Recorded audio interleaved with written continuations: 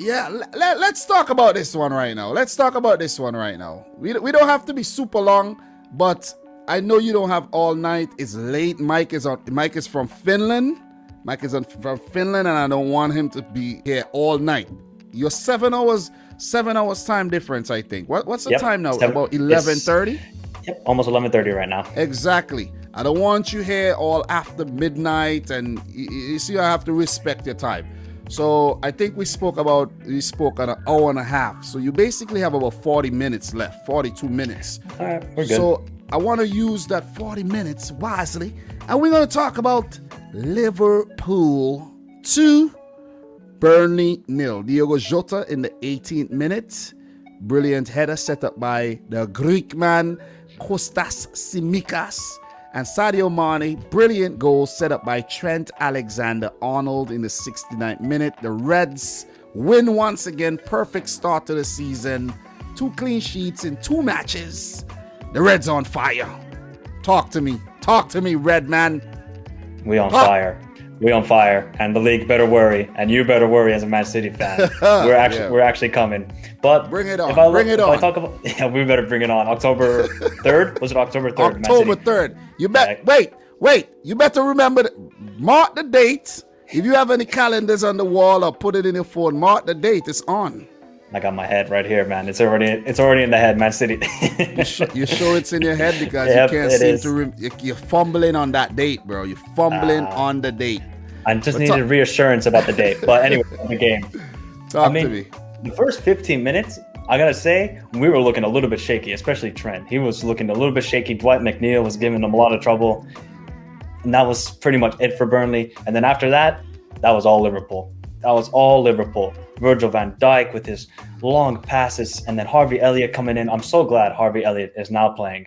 This guy is an absolute baller. Yes, he gave the ball away a couple of times, but that's going to happen, especially when he's playing a high-intensity game.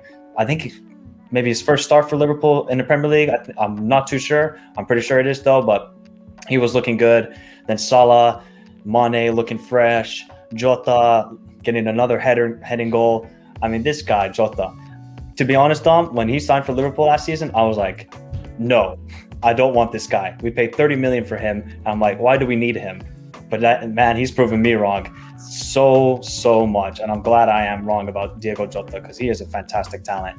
Yeah. And I knew Jota was a baller while he was at Wolves. The thing about Jota, the beauty about him is he could play out wide, and when Raul Jimenez wasn't involved in the game, Jota played as a striker, and he always did well. And you had Pedro Neto and Adama there.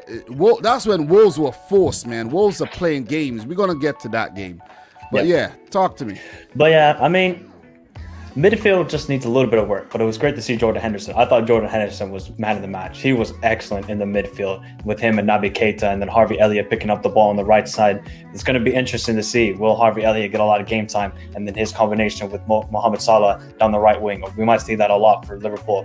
And then if you look at the second goal especially, we played out of the back. Virgil van Dijk puts in a beautiful ball out wide to Harvey Elliott. Harvey Elliott down the middle to Trent, and then Trent's little touch pass, kind of like Pogba did for Fernandez's goal in the first week against Leeds. Just that exquisite little touch. And then Mane with a beautiful finish. Mane should have had a hat-trick. This game should have been 5-0, to be honest. If Mane had better shooting boots in the day, this could have been easily 5-0. Yeah, Burnley had some chances with the extra time, but we don't care about that. That's just garbage time anyways. But 2-0, still a clean sheet. And then we head into Chelsea next weekend, and that's just going to be an absolute show to see what happens there, because I have no clue what's going to happen, how Liverpool can deal with then Chelsea's 5 in the back and their wing backs, and then the 2 cams that Chelsea play in behind Lukaku. I don't know how Liverpool's going to deal with that, especially with Trent. I love Trent. He's a great player going forward, but defensively, he still needs a lot of work. He's just a little bit, he kind of overreads the game, I would say. He's trying to jump into tackles, but he can't really do that. He needs to read the game a lot better. Luckily, there's Virgil and Matip there now at the back. Shimikas played a great game, I thought, coming in for Robertson. Now he's back on the bench, so maybe Robertson will come back in for left back against Chelsea. Time will tell. As a Liverpool fan, we are back. Hopefully, just please, I beg, please stay healthy, guys. Please. Last season was an absolute horror show. Every day I go through Twitter, refresh it. Oh, another player injured. If we can just stay healthy, Liverpool will challenge for the title. I think we will. And now that we sold Shaqiri, apparently, according to Fabrizio Romano, I didn't hear about that, but if we sold Shaqiri, more money coming in, we might getting a midfielder. Let's see. And if we get that, we're good. Look, I don't even want to talk about the Burnley game. Sorry, Burnley. I don't even want to talk about that game because there was only going to be one win on the day. I know Burnley beat Liverpool last season. Liverpool were going through some things. You know what I'm saying? You know, sometimes in life when you're going through some things, you do things that you're like, God damn, I did that. I can't believe I stooped so low. Liverpool stooped really low last season, but they have started the season on a high. Big win against Norwich. Big win against Burnley. I know it's only Norwich and Burnley, but if you look at where Liverpool dropped their points last season, it was against teams like these. You see? So they do well against the bigger teams, but it's the smaller teams that they're playing Mario Kart. You know, the banana peel out there, the turtle shell out there and things. So they just have to handle the smaller teams, and when they play the bigger teams, we know Liverpool are always up for the occasion. They're always up for the big game. And as I said, the key for Liverpool is to keep players fit. Keep players fit, keep rotating, keep the squad fresh, and you guys will be all right. I think you guys will be all right. Look, just to touch on Burnley really quick. Slow start, 2 losses in 2 games.